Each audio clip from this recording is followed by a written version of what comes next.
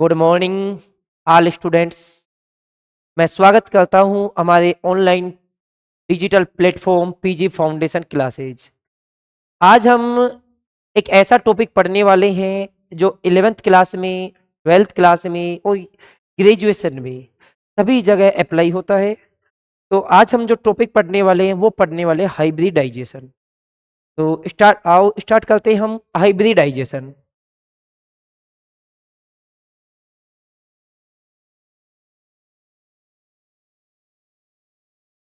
हिंदी में बात करें तो इसे बोला जाता है संकर। देखिए, हाइब्रिडाइजेशन एक हाइपोथेसिस है। कहने का मतलब ये एक अवधारणा है। एक्चुअल में, वास्तविकता में इसका कोई प्रमाण नहीं है कि हाइब्रिडाइजेशन होता है।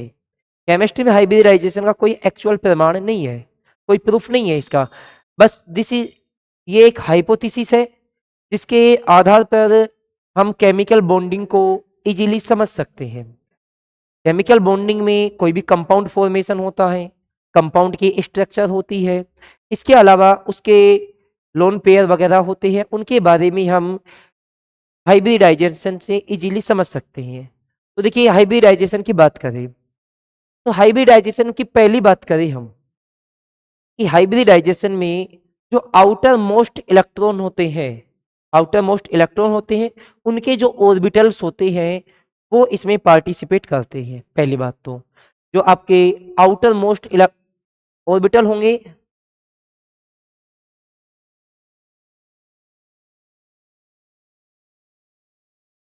आउटर मोस्ट ऑर्बिटल सबसे बाह्यतम जो कक्षक होंगे वो आपके इसमें पार्टिसिपेट करेंगे हाइब्रिडाइजेशन में। अब आउटर मोस्ट सेल की बात करें, जैसे आउटर मोस्ट सेल हम किससे देखेंगे? तो हम देखेंगे इलेक्ट्रॉनिक कॉन्फ़िगरेशन से। सपोज हम बात करें हाइड्रोजन की बात करें, हाइड्रोजन एटॉमिक नंबर 1 होता है इसका परमाणु क्रमांक। इसके इलेक्ट्रॉनिक कॉन्फ़िगरेशन की बात करूँ तो ये होता है 1s1। इसका मतलब ये है कि इसका आउटर मोस्ट जो ऑर्बिटल है वो s ऑर्बिटल है, s सब सेल है इसका। तो यहाँ पे s ये क्या हुआ आपका? सब सेल हुआ। s क्या हुआ आपका? ये सब सेल हुआ आपका। तो ये s आपका क्या हुआ? ये सब सेल हुआ, उपकोष। तो ये सबसे आउटर मोस्ट है। जैसे मैं ऑक्सीजन की बात करूं तो ऑक्सीजन एटॉमिक नंबर 8 होता है इसका। इसके लिए मैं बात करूं तो ये होता है 1s2 2s2 2p4। ये इसका इलेक्ट्रॉनिक कॉन्फ़िगरेशन होता है। आउटर मोस्ट जो आपका ऑर्बिटल है वो आपका p ऑर्बिटल है। तो यहाँ पे हम बात करेंगे p ऑर्बिटल है। p ऑर्बिटल 3 टाइप के होते हैं, px py pz होते हैं। अब हम हाइब्रिडाइजेशन में जो ऑर्बिटल पार्टिसिपेट करते हैं, जो ऑर्बिटल पार्टिसिपेट करते हैं और जो न्यू फॉर्म होते हैं, तो न्यू फॉर्म होने वाले ऑर्बिटल को हम बोलेंगे हाइब्रिड ऑर्बिटल।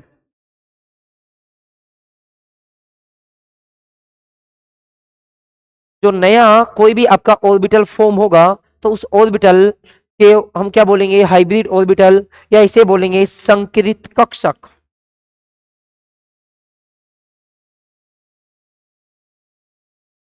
देखिए, इनके जो पॉइंट्स हैं वो पॉइंट्स आपको पीडीएफ में मिल जाएंगे। हम मेन जो पॉइंट्स हैं आपके जो समझने वाले पॉइंट्स हैं, आउटर मोस्ट ऑर्बिटल इंक्लूड होते हैं, ठीक है। इसके अलावा हम बात करें जो भी आपके न्यू ऑर्बिटल फॉर्म होते हैं, न्यू ऑर्बिटल बनते हैं, उन्हें हम हाइब्रिड ऑर्बिटल या संकरित कक्षक कहते हैं। अब देखिए, संकरित कक्षक या हाइब्रिड ऑर्बिटल की जो स्ट्रक्चर आपने पढ़ी होगी वो कुछ ऐसी पढ़ी होगी आपने, ये ऐसा पढ़ा होगा आपने हाइब्रिड ऑर्बिटल, ठीक है। ये 2 लोब्स होती है इसमें, एक लोब आपकी ये है, एक लोब आपकी ये है। ये आपका सेंटर हो गया इसका। जो आपकी लार्ज लोब होती है, बड़ी वाली पाली होती है, इसमें इलेक्ट्रॉन डेंसिटी ज्यादा होती है। इसमें जो इलेक्ट्रॉन डेंसिटी होती है आपकी, ये अधिक होती है। बट आपकी जो स्मॉल लोब होती है, इसमें जो इलेक्ट्रॉन डेंसिटी होती है आपकी,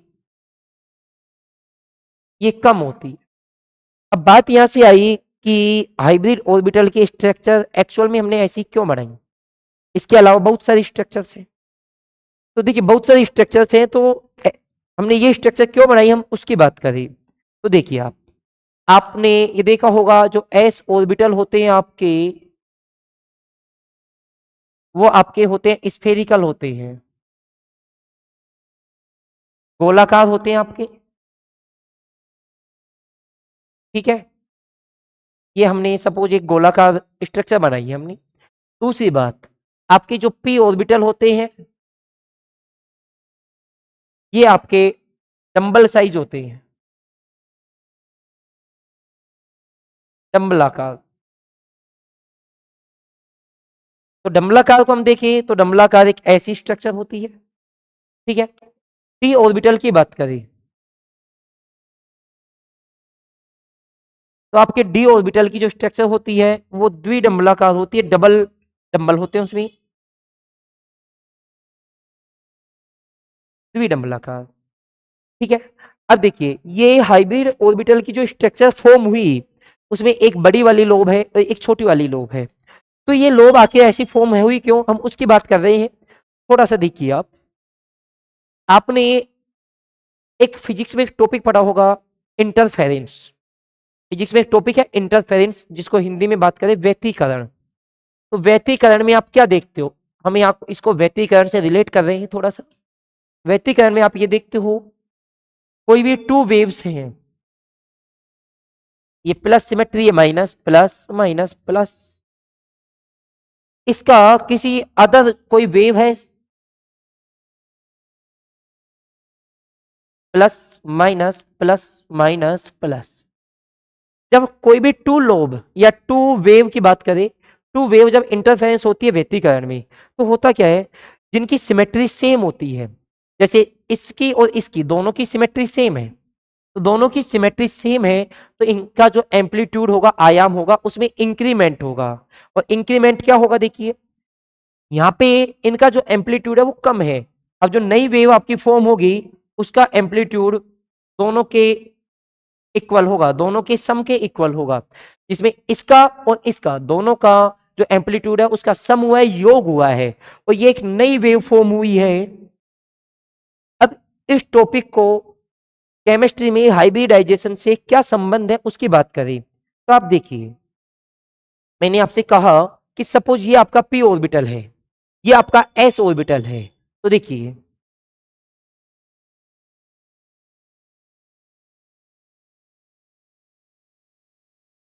देखिए मैंने कहा ये आपका एस ऑर्बिटल है, सपोज ये आपका पी ऑर्बिटल है, इनकी कोई ना कोई सिमेट्री होगी, चाहे इनकी सिमेट्री प्लस हो चाहे सिमेट्री माइनस हो। अब उनमें से हम दोनों में से कोई भी सिमेट्री ले सकते हैं। सपोज मैंने इस वाली सिमेट्री को प्लस लिया, इस वाली सिमेट्री को माइनस, इस वाली सिमेट्री को भी आप मानोगे कुछ, इसमें चाहे आप प्लस ऐड कीजिए माइनस कीजिए, इस वाली सिमेट्री को सपोज हमने प्लस माना। इंटरफेरेंस क्या कहता है कि जब टू वेव्स, कोई भी दो वेव होती है जो सेम सिमेट्री में एक दूसरे के साथ कंबाइन होती है, तो कंबाइन होती है तो उनके एम्पलीट्यूड में इंक्रीमेंट होता है। तो यहाँ पे देखिए हम इन दोनों की बात करें तो इन दोनों की सिमेट्री है सेम, जबकि इन दोनों की जो सिमेट्री है वो क्या है, अपोजिट है। इन दोनों की सिमेट्री आप सेम हो गई आपकी, और इन दोनों की क्या हो गई, अपोजिट। तो सेम सिमेट्री जब कंबाइन होगी तो इंक्रीमेंट होगा, और जो अपोजिट सिमेट्री होगी उनमें जब भी कंबाइन होगा तो उनमें क्या होगा, डिक्रीमेंट होगा। कैसे देखिए, हमने इससे एक स्ट्रक्चर बनाई है, तो यहां पे हम बात करें, ये वाली जो लोब बनी है आपकी, लार्ज जो लोब बनी है, वो लोब किसके अकॉर्डिंग बनी है, क्योंकि इन दोनों की सिमेट्री सेम है, और सिमेट्री सेम है तो यहाँ पे क्या हुआ, इंक्रीमेंट हुआ। सिमेट्री सेम होने से क्या हुआ, यहाँ पे इंक्रीमेंट हुआ। हम कहें यहाँ पे जो आपकी लोब है उसका साइज है वो लार्ज हुआ, साइज क्या हुआ इसका, लार्ज साइज हुआ। यहाँ पे इन दोनों की सिमेट्री देखिए, इन दोनों की सिमेट्री क्या है, अपोजिट है, और सिमेट्री जो अपोजिट है तो सीधी सी बात है डिक्रीमेंट होगा। डिक्रीमेंट होने का मतलब ये जो लोब है आपकी, इसकी साइज आपकी स्मॉल होगी। अब आपको समझ आया होगा कि हाइब्रिडाइजेशन में एक लोब बड़ी और एक लोब छोटी क्यों होती है, एक लार्ज और एक स्मॉल क्यों होती है। उसका रीजन क्या है, इंटरफेरेंस, व्यतिकरण। व्यतिकरण यही कहता है कि एक लोब बड़ी होगी, एक लोब छोटी होगी, सेम सिमेट्री कंबाइन होंगी, इंक्रीमेंट होगा साइज में, अपोजिट सिमेट्री जब कंबाइन होंगी तो आपके साइज में डिक्रीमेंट होगा। तो ये बात स्टूडेंट्स आपको समझ आई होगी। हम अगली बात करें, हाइब्रिडाइजेशन कई टाइप्स के होते हैं। देखिए कौन कौन से होते हैं आपका। एक हाइब्रिडाइजेशन, पहली बात तो हम दो बात करें यहाँ पे, एक तो हाइब्रिडाइजेशन होता है और एक नहीं होता है।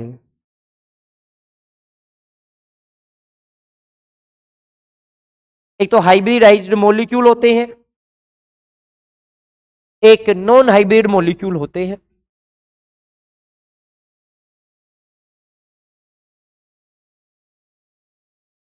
देखिए नॉन हाइब्रिड मॉलिक्यूल्स मतलब जिनमें हाइब्रिडाइजेशन नहीं होता। अब किसी भी कंपाउंड के फॉर्मेशन के लिए हाइब्रिडाइजेशन मस्ट है, बट यहाँ पे हाइब्रिडाइजेशन नहीं हो रहा है। उसका रीजन क्या है, उसके रीजन के बारे में हम डिटेल से बात करेंगे। अभी मैं आपको सुविधा के लिए बता दूं, ऐसे जो भी आपके कंपाउंड्स होंगे उन कंपाउंड में क्या सिमेट्री होगी। एक तो इनमें ऑक्सीजन सेंट्रल एटम होगा, ऑक्सीजन क्या होगा इनमें, सेंट्रल एटम होगा। या सल्फर की बात करें, अब यहाँ पे H2O होगा या H2S होगा। देखिए दोनों की बात करें तो मैं आपको यहाँ पे कुछ रूल्स अप्लाई बाद में करेंगे हम। मैं आपको एग्जांपल लिख देता हूँ, सपोज H2S, H2TE, H2SE, ये ऐसे एग्जांपल हैं जिनमें किसी प्रकार का कोई हाइब्रिडाइजेशन नहीं होता है। रीजन क्या है, रीजन के बारे में डिटेल से बात करेंगे। अब हम इधर बात करें कि हाइब्रिडाइज्ड मॉलिक्यूल क्या होते हैं, कितने टाइप का हाइब्रिडाइजेशन होता है आपका, उसके बारे में बात करें। देखिए पहला हाइब्रिडाइजेशन होता है sp, एक हाइब्रिडाइजेशन होता है आपका sp2, एक हाइब्रिडाइजेशन होता है आपका sp3, एक हाइब्रिडाइजेशन होता है आपका sp3d, एक हाइब्रिडाइजेशन होता है आपका sp3d2, एक हाइब्रिडाइजेशन होता है आपका sp3d3, एक हाइब्रिडाइजेशन होता है आपका tsp2 और एक हाइब्रिडाइजेशन होता है आपका sp2d। ये दोनों जो हाइब्रिडाइजेशन है dsp2 और sp2d, इन हाइब्रिडाइजेशन ये बात कोवेलेंट कंपाउंड में सहसंयोजक यौगिकों में नहीं होती है। फिर इसकी बात कहाँ पे होगी, इसकी बात कोऑर्डिनेशन कंपाउंड में होती है। कोऑर्डिनेशन कंपाउंड में आपके टू टाइप के कंपाउंड्स होते हैं, एक टेट्राहेड्रल होते हैं, एक आपके स्क्वायर प्लेनर होते हैं। ठीक है, तो वो स्क्वायर प्लेनर जो आपके मॉलिक्यूल्स होते हैं उनमें किसकी बात होती है, आपके इन दो हाइब्रिडाइजेशन की बात होती है। इनके बारे में हम थोड़ी बात जरूर कर लेंगे। अब बात करें हम sp, sp2, sp3, sp3d, इन के बारे में डिटेल से बात करें। तो देखिए मैं एक एग्जांपल लेके आपको समझाता हूं। मैं सबसे पहले आपको sp हाइब्रिडाइजेशन के बारे में बात करें।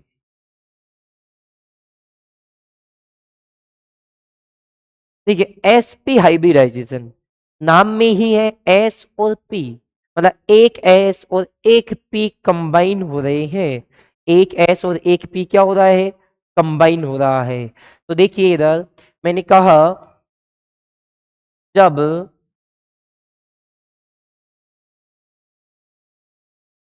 एक s व एक p कक्षक संकरण में भाग लेते हैं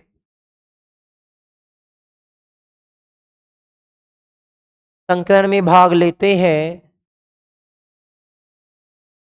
तो उसे sp संकरण कहा जाता है।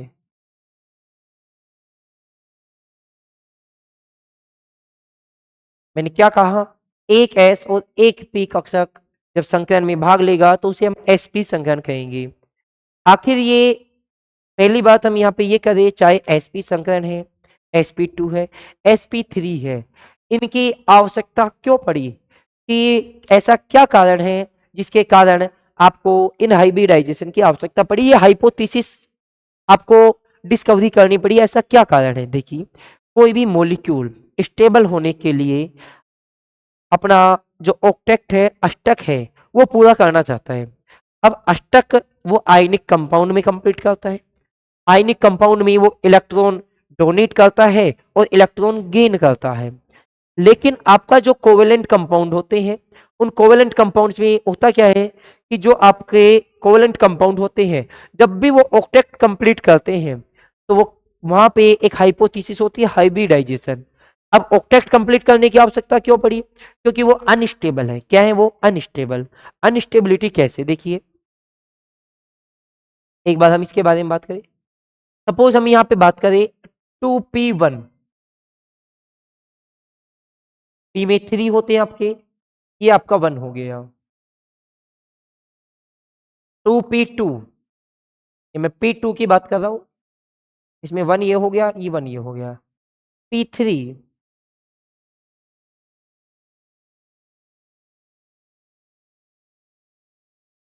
इनमें सबसे ज्यादा स्टेबिलिटी की बात करूं तो सबसे ज्यादा स्टेबल कौन होता है आपका? p3 होता है। कारण क्या है? आपने पढ़ा है कि जो हाफ फील्ड होते हैं, अर्धपूरित कक्षक,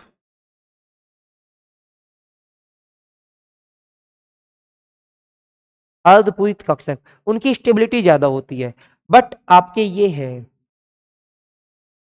इनकी स्टेबिलिटी नहीं है। तो एक स्टेबिलिटी तो होगी आपकी इलेक्ट्रॉनिक स्टेबिलिटी।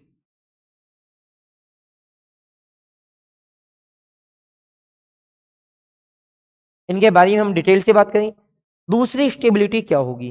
देखिए, दूसरी स्टेबिलिटी क्या है, यहाँ पे हम इसकी बात करें। सपोज ये पी एक्स, ये पी जेड होता है, ये पी वाई होता है, या हम इसको पी वाई मान सकते हैं और इसको पी एक्स हम मान सकते हैं।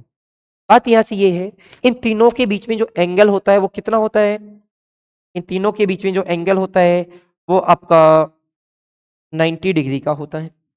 सपोज ये आपका एक्स अक्ष है, ये वाई और ये जेड, ये तीनों एक दूसरे के परपेंडिकुलर होते हैं। इस कंडीशन में होते हैं। सपोज ये आपका जेड एक्सिस हो गया, ये आपका एक्स एक्सिस हो गया, ये आपका वाई एक्सिस हो गया। अब देखिए, यहाँ पे 90 डिग्री का एंगल है और 90 डिग्री के एंगल से ये और ज्यादा एंगल गेन करने की सोचते हैं। उसका कारण क्या है? 90 डिग्री पे सपोज मैंने कहा ये 2 मॉलिक्यूल्स है, एक ए मॉलिक्यूल है, एक बी मॉलिक्यूल है आपका। इन दोनों के बीच में जो बॉन्ड एंगल है वो कितना है? सपोज 90 डिग्री का है। यदि मैं इस बॉन्ड एंगल को बढ़ाऊं, इस ए की मैं इस कंडीशन को अप्लाई करूं, तो यहाँ पे ये जो बॉन्ड एंगल है ये क्या है? थीटा इज ग्रेटर देन 90 है। जब देखिए बॉन्ड एंगल बढ़ेगा तो सीधी सी बात है, यहां से यहां तक की क्या हुई है? डिस्टेंस में इंक्रीमेंट हुआ, डिस्टेंस बढ़ी। डिस्टेंस यदि बढ़ेगी तो सीधी सी बात है, रिपल्सन क्या होगा? कम होगा। और रिपल्सन कम होगा तो स्टेबिलिटी क्या होगी? ज्यादा होगी। अब देखिए, तो दूसरा जो आपका स्टेबिलिटी ऑर्डर है वो क्या है आपका? ज्योमेट्री, ज्योमेट्री स्टेबिलिटी,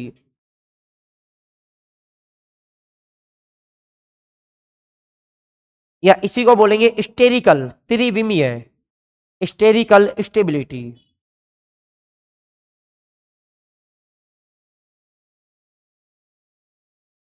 अब हम मैं बात करूं आपसे कि क्या ये दोनों स्टेबिलिटी होंगी तो हाइब्रिडाइजेशन होगा या नहीं होगा? देखिए, यदि ये दोनों स्टेबिलिटी कहीं भी अप्लाई हो रही है, किसी भी मॉलिक्यूल में ये दोनों स्टेबिलिटी यदि अप्लाई हो रही है, तो ये मान के चलना 100% वहां पे किसी प्रकार का कोई हाइब्रिडाइजेशन नहीं होगा। पहली कंडीशन। यदि इनमें से कोई एक भी हाइब्रिड, कोई एक भी स्टेबिलिटी कंप्लीट हो रही है, तो वहां पे हाइब्रिडाइजेशन एक्चुअल हाइब्रिडाइजेशन से अधिक होगा। कैसे? देखिए, आपने आज तक जो हाइब्रिडाइजेशन पढ़ा है वो आपने सपोज यही पढ़ा होगा, sp3। सपोज कोई भी हाइब्रिडाइजेशन sp3, बट एक्चुअल में हाइब्रिडाइजेशन ये भी होते हैं 3.3, 3.5, एक्चुअल में ये भी होते हैं। देखिए, यदि दोनों स्टेबिलिटी फॉलो हो रही है, दोनों स्टेबिलिटी कंपाउंड में है, किसी प्रकार का कोई हाइब्रिडाइजेशन नहीं होगा। एक स्टेबिलिटी है तो क्या होगा? हाइब्रिडाइजेशन कम होगा वहां पे, क्योंकि वहां पे क्या होगा? एक स्टेबिलिटी है, इन्वॉल्वमेंट कम होगा, इन्वॉल्वमेंट कम होगा तो हाइब्रिडाइजेशन कम होगा। कैसे? देखिए, मैं आपसे बात करूं यहाँ पे, मैंने ये वाली बात की आपसे, P3 वाली मैंने आपसे बात की। आप बताइए P3 इलेक्ट्रॉनिक स्टेबल है या नहीं है? तो आप कहोगे यस P3 इलेक्ट्रॉनिक स्टेबल है। P3 इलेक्ट्रॉनिक स्टेबल क्यों है? क्योंकि हमने कहा कि हाफ फील्ड, क्या भाई, हाफ फील्ड का जो स्टेबिलिटी होती है वो ज्यादा होती है। ठीक है, तो ये इलेक्ट्रॉनिक स्टेबल है, बट इससे आपको पता चलेगा ये इलेक्ट्रॉनिक स्टेबल है बट स्टेरिकली स्टेबिलिटी नहीं है। स्टेरिकल स्टेबिलिटी नहीं है तो हाइब्रिडाइजेशन में इन्वॉल्व होगा, बट इलेक्ट्रॉनिक स्टेबिलिटी है तो ये उतने मन से ऐड नहीं होंगे। एक तो इंसान खुशी खुशी से भाग ले, एक तो इंसान क्या हो, खुशी खुशी से भाग ले, एक तो इस कंडीशन में वो इन आपके हाइब्रिडाइजेशन में इन्वॉल्व हो, एक वो इस कंडीशन में हाइब्रिडाइजेशन में इन्वॉल्व हो सपोज, तो ये एक सैड है, तो ये क्या है, हैप्पी है। दोनों में मतलब एक तो खुशी से इन्वॉल्व हो रहा है और एक जिसकी मजबूरी है इन्वॉल्व होने की, उसको बेचारे को मजबूरी में इन्वॉल्व होना पड़ रहा है। तो जब मजबूरी में इन्वॉल्व होगा तो वो उतना पार्टिसिपेट नहीं कर पाएगा जितनी उससे एक्सपेक्टेशन की जाती है। तो कुल मिला के बात क्या है, वहां पे उतना हाइब्रिडाइजेशन नहीं होगा, हाइब्रिडाइजेशन लेस हो जाएगा। बात समझ में आई होगी आपको मेरी। तो वापस हम हाइब्रिडाइजेशन वाले टॉपिक पे चलते हैं। तो मैंने आपको ये बताया था, हाँ, नॉन हाइब्रिड ऑर्बिटल के बारे में बताया था। इनमें दो कंडीशन अप्लाई होनी चाहिए। एक तो क्या होना चाहिए, इलेक्ट्रॉनिक स्टेबिलिटी होनी चाहिए, ऑलवेज इलेक्ट्रॉनिक स्टेबिलिटी होनी चाहिए। दूसरी दूसरी बात क्या है, स्टेरिकली स्टेबल भी होना चाहिए। यदि दोनों स्टेबिलिटी है, non hybrid orbital, non hybrid आपके क्या है, मॉलिक्यूल्स हैं। यदि किसी भी टाइप की आपकी कोई स्टेबिलिटी नहीं है तो वहां पे हाइब्रिडाइजेशन होगा। तो रही बात, आज आपका इंट्रोडक्शन हुआ हाइब्रिडाइजेशन का। इन हाइब्रिडाइजेशन के बारे में हम डिटेल से बात करने वाले हैं। मैंने आपको यह भी बताया कि हाइब्रिड ऑर्बिटल की जो स्ट्रक्चर होती है उसमें एक लार्ज लोब होती है, एक स्मॉल लोब होती है। दोनों लोब का जो रीजन है वो रीजन भी मैंने आपको समझाया। तो आपको ये किसी भी यूट्यूब पे चैनल पे आपको मिलने वाला नहीं है कि ये स्ट्रक्चर एक्चुअल में कैसे फॉर्म हुई, आपको कहीं नहीं मिलने वाला, ये आपको बहुत कम है जो आपको ये मिले। ठीक है ना? तो इस चीज का ऑलवेज ध्यान रखना कि आपकी जो स्ट्रक्चर है वो स्ट्रक्चर किस तरीके से फॉर्म हुई है। तो स्ट्रक्चर फॉर्म होने में जो आपका मेन रीजन है वो है आपका व्यतिकरण। 11th क्लास का टॉपिक है ये, इंटरफेरेंस। रही बात हाइब्रिडाइजेशन से रिलेटेड, जो भी आपके स्मॉल जो मतलब लो है उनके बारे में स्मॉल टाइप से बात कर लेंगे, ब्रीफली बात करेंगे हम उसके बारे में। जो भी इसके पॉइंट्स हैं उन पॉइंट्स को मैं आपको डिटेल में लिखा दूंगा, तो इससे आपको कोई दिक्कत आएगी नहीं। दूसरी बात, ग्रेजुएशन में फर्स्ट सेमेस्टर में, ये फर्स्ट सेमेस्टर का टॉपिक है, 11th का भी है 12th का भी है, बट जिस हिसाब से मैं पढ़ा रहा हूँ आपको काफी डिटेल में पढ़ा रहा हूँ, तो ये आपको ध्यान रखना है कि ये किसका टॉपिक है, ग्रेजुएशन का है। 11th वाले 12th वाले जो भी स्टूडेंट इसे पढ़ेंगे, आईआईटी, नीट और जो भी आपकी एग्जाम्स होती है, आरयूएचएस की होती है, जो भी आपकी बीटेक की सीयूईटी होती है, उन सभी में ये काम आने वाला है। ये टॉपिक काफी क्वेश्चंस आते हैं, तो आपको यहाँ से क्या चीजें ध्यान रखनी है, देखिए मैं मोस्टली आपको बताता हूँ। पहली बात, आउटर मोस्ट ऑर्बिटल इन्वॉल्व होते हैं, पहली बात आपको ये ध्यान रखनी है। हाँ, यहां से एक चीज और ध्यान रखना आप, आउटर मोस्ट ऑर्बिटल इन्वॉल्व होते हैं, इलेक्ट्रॉन इन्वॉल्व नहीं होते हैं। ये वापस ध्यान रखना, इलेक्ट्रॉन इन्वॉल्व नहीं होते हैं, ओनली क्या इन्वॉल्व होते हैं, ऑर्बिटल्स इन्वॉल्व होते हैं। दूसरी बात, जो भी हाइब्रिड ऑर्बिटल क्या होंगे, newly formed orbital by hybridisation. Hybridisation की जो प्रक्रिया है, जो प्रोसेस है, उसके द्वारा जो आपके ऑर्बिटल फॉर्म होंगे उन्हें हम क्या कहेंगे, संकृत कक्षा या हाइब्रिड ऑर्बिटल कहेंगे। ये बात आपको समझ आई होगी। नेक्स्ट बात करें, तो नेक्स्ट बात में आपको मैंने बताई ये क्या है, आपकी हाइब्रिड ऑर्बिटल की स्ट्रक्चर है।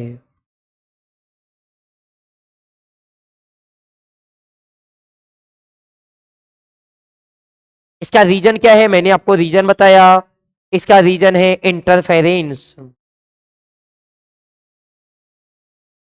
कहने का मतलब same symmetry, same symmetry combine होंगी, सेम सिमेट्री क्या होंगी, कंबाइन होंगी। तो सेम सिमेट्री कंबाइन होने पे साइज में इंक्रीमेंट होता है, इंक्रीज होती है साइज, ये ऑलवेज ध्यान रखना। दूसरी बात, यदि अपोजिट सिमेट्री होंगी,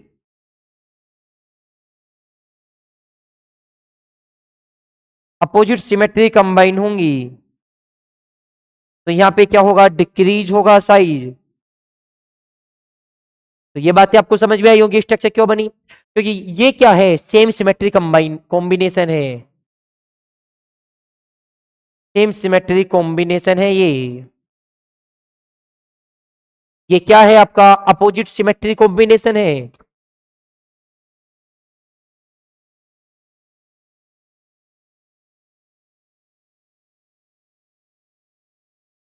same symmetry combination, opposite symmetry combination दोनों होंगे यहाँ पे, तो इस बात को ऑलवेज ध्यान रखना। सिमेट्री में यदि सेम होंगी साइज में इंक्रीमेंट होगा, सिमेट्री अपोजिट होंगी साइज में डिक्रीमेंट होगा। अगली बात हमने क्या की उसके बारे में देख लेते हैं। हमने वही बात की कि इंटरफेरेंस से कैसे फॉर्म होता है ये। अगली बात देखिए, ये इंटरफेरेंस हो गया आपका। हाँ, इसमें मैंने टू टाइप्स के आपके मॉलिक्यूल्स की बात की, एक आपके हाइब्रिडाइज्ड मॉलिक्यूल होते हैं, एक आपके नॉन हाइब्रिड होते हैं। नॉन हाइब्रिड में टू कंडीशन है इसकी यहाँ पे। एक कंडीशन है इलेक्ट्रॉनिक स्टेबिलिटी होनी चाहिए, मस्ट है। दूसरी स्टेबिलिटी आपके स्टेरिकली स्टेबिलिटी है। जबकि हाइब्रिड, जो हाइब्रिडाइज्ड आपके मॉलिक्यूल हैं उनके बारे में हम डिटेल से बात करने वाले हैं नेक्स्ट लेक्चर में, ठीक है। रीजन क्या है, क्या रीजन नहीं है, ठीक है। ये हमने हाइब्रिडाइजेशन, एसपी हाइब्रिडाइजेशन स्टार्ट किया था, उसकी हमने डेफिनेशन की बात की। नेक्स्ट की बात करें तो ये मैंने आपको बताया कि इलेक्ट्रॉनिक स्टेबिलिटी क्या होती है और आपकी स्टेरिकल स्टेबिलिटी क्या होती है। कल से हम जो आपका हाइब्रिडाइजेशन का टॉपिक है उसको हम डिटेल में आगे लेके चलेंगे, डिटेल में पढ़ेंगे, एसपी पढ़ेंगे, sp2 पढ़ेंगे, sp3 पढ़ेंगे। और रीजन क्या है, हाइब्रिडाइजेशन का रीजन क्या है एक्चुअल में, हम वो भी कल पढ़ने वाले हैं। तो कल की क्लास कोई भी मिस मत करना, ये ध्यान रखना, कल मोस्ट इंपोर्टेंट क्लास है आपकी, ठीक है। थैंक यू सभी लोगों को, कल बात करते हैं।